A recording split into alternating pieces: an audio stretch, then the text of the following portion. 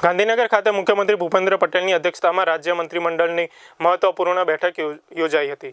આ બેઠકમાં રાજ્યના સર્વાંગી વિકાસ અને સુશાસનને લક્ષ્યમાં રાખીને અનેક નીતિગત નિર્ણયો લીધા। ખાસ કરીને 16 ફેબ્રુઆરીથી શરૂ થનારા વિધાનસભાના બજેટ સત્રની પૂર્વ તૈયારીઓને લઈને બેઠકમાં ગહન મનોમંથન કરવામાં આવ્યું। નાણામંત્રી કનુભાઈ દેસાઈ 17 ફેબ્રુઆરીએ વર્ષ 2026-27નું બજેટ રજૂ કરવાના છે, જેના વિવિધ વિધેયકો, વિકાસલક્ષી યોજનાઓની રૂપરેખા અને આજે આખરી ઓપ અપાયો। કેબિનેટ બેઠકમાં કૃષિ ખેડૂતોના હિતને સર્વોપરી રાખવામાં આવ્યા। રવિ પાકની સિઝન શરૂ થઈ ગઈ છે, ત્યારે ખેડૂતોને તેમના પાકના યોગ્ય ભાવ મળી રહે તે માટે ટેકાના ભાવે ખરીદીનું સઘન આયોજન કરવામાં આવ્યું હતું। રાજ્યના છેવાડાના માનવી સુધી સુવિધાઓ પહોંચે અને વિકાસની ગતિ તેજ બને તે માટે કેબિનેટમાં અનેક મહત્વના પ્રકલ્પોને મંજૂરી આપવામાં આવી હોવાનું સૂત્રો દ્વારા જાણવા મળ્યું છે। કે પશુપાલક ખેડૂત કે સામાન્ય જનતાનું અહિત થતું હોય એની સામે તો લડ્યા છે। મને કહેતા આનંદ છે કે આપણે આ મોદી સાહેબ છે, મોદી એ તો મુમકિન નહીં। દેશની અનેક પ્રકારની ચેલેન્જીસ વિકસિત દેશોની સામે ભારતનું હિત, ખેડૂતનું, કિસાનનું, સામાન્ય જનતાનું જ્યારે પણ મુશ્કેલી આવી છે ત્યારે ભારતના અને સામાન્ય લોકોના હિતના ભોગે ચેલેન્જીસ પણ ઉપાડી છે। હમણાં જેનો આપણે ખૂબ મોટું ઉદાહરણ જોઈ રહ્યા છીએ, અમેરિકાનું જે ટેરિફ ઘટ્યું એ વખતે પણ માનનીય મોદી સાહેબે કહ્યું છે કે ક્યારેય ભારતના હિત માટે કોમ્પ્રોમાઇઝ મોદી સાહેબ કરશે નહીં। એટલે કોંગ્રેસના જે કહેવું હોય કે નરેન્દ્રભાઈની સરકાર, ભારતીય જનતા પાર્ટીની સરકાર એ હંમેશા પ્રજાહિતના નિર્ણય લઈ રહી છે, પ્રજાહિતના ફાયદાના નિર્ણય લઈ રહી છે। માત્ર ચર્ચા કરી, વાતોમાં રહેવું, મીડિયામાં રહેવાનું કામ એ કોંગ્રેસનું છે, પણ હંમેશા નિર્ણયો એ પ્રજાહિતના જ એમાં થવાના છે। સાથે આવકનો દાખલો એની સમય મર્યાદા હોય છે ફોર્મ ભરવાની, કારણ કે બધું જ એ સમયબદ્ધ ચાલે તો જ એ પ્રકારનું આગળનું એનું વિદ્યાર્થીઓનું ભવિષ્ય પણ અને અન્ય જગ્યાએ પણ આ પ્રકારના દાખલાઓની જરૂરિયાતો હોય છે કે હોસ્પિટલમાં પણ આ પ્રકારના દાખલાઓ, આયુષ્યમાન ભારત કાર્ડ છે, અન્ય જે રાજ્ય સરકાર સવલત સામાન્ય માણસને પ્રાઇવેટ હોસ્પિટલ ને સરકારી હોસ્પિટલમાં જે પ્રકારે રાજ્યમાં ફાયદો મળે એમાં એને અડચણ ન પડે એમના માટે મહત્વાકાંક્ષી નિર્ણય લગભગ મારો અંદાજ છે ત્યાં સુધી 70 થી 80 લાખ વિદ્યાર્થીઓ એટલે કે પરિવાર ગણાય, હજારોની સંખ્યામાં, લાખોની સંખ્યામાં અલગ અલગ જગ્યા ઉપર તાલુકા પંચાયત હોય, મામલતદાર હોય, આપણી રોજગાર કચેરીઓ હોય કે જાતિના પ્રમાણપત્રની કચેરીઓ હોય, આ બધી કચેરીઓમાં સરળતા એટલા માટે એમણે ચીફ સેક્રેટરીને સૂચના આપી છે કે આ વર્ષે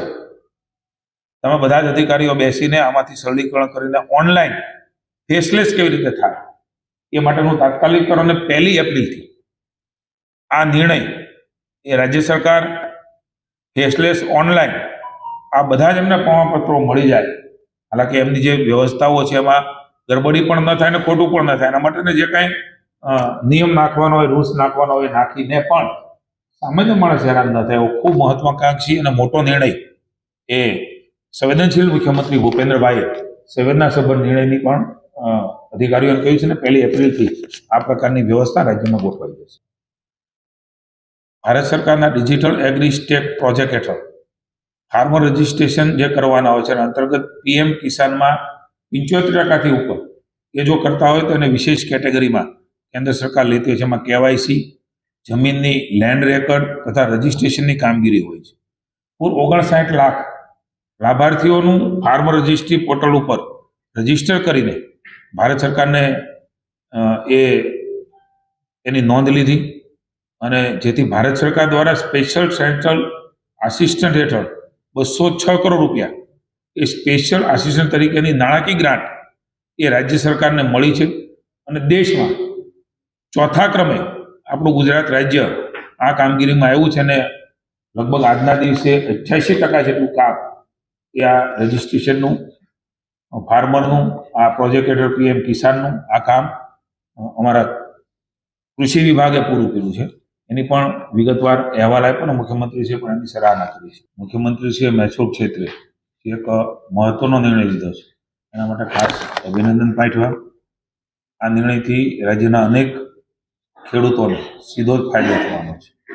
આપ સૌ પણ જાણો છો કે આ નિર્ણયથી જે જમીન હિગ્રાન્ટ કરી હોય કે કરવાને પાત્ર હોય પણ હિગ્રાન્ટ ન થઈ હોય તેવી જમીન સરળતાથી નિયમબદ્ધ થઈ શકશે અને જંતીના પ્રવર્તમાન જે ભાવ છે એના 20%થી કબજા હકની રકમ ભરીને આ પ્રકારે સરળીકરણ થવાનું છે। સાથે સાથે આવી જમીનોમાં જે તબદીલીઓ થઈ ગઈ હોય છે, હાલ જમીનો અન્ય કોઈના કબજામાં હોય તેવા કબજેદારોને પણ આ નિર્ણયનો લાભ મળવાથી રાજ્યના ખૂબ બધા ખેડૂતોને ખૂબ મોટો ફાયદો થશે અને પોતાની જમીન કાયદેસર કરીને માલિકી હક પ્રાપ્ત કરી શકશે. એના માટે વિશેષ મુખ્યમંત્રીશ્રીને બહુ મહત્વનો વર્ષોથી અટવાયેલો નિર્ણય લેવા માટે વિશેષ અભિનંદન આપ્યા.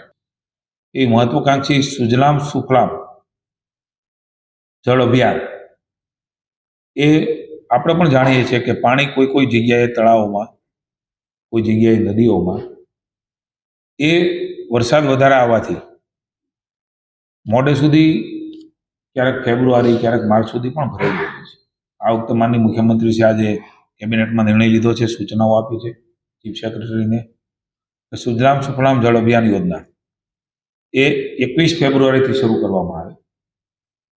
જેનો ફાયદો એ થઈ છે કે જે પ્રકારે ક્યારેક વાતાવરણના કારણે વહેલો વરસાદ, ગયા વર્ષે ખૂબ વહેલો આવ્યો, એના કારણે આપણા તળાવો એ ઊંડા ઉતરી શક્યા નહોતા.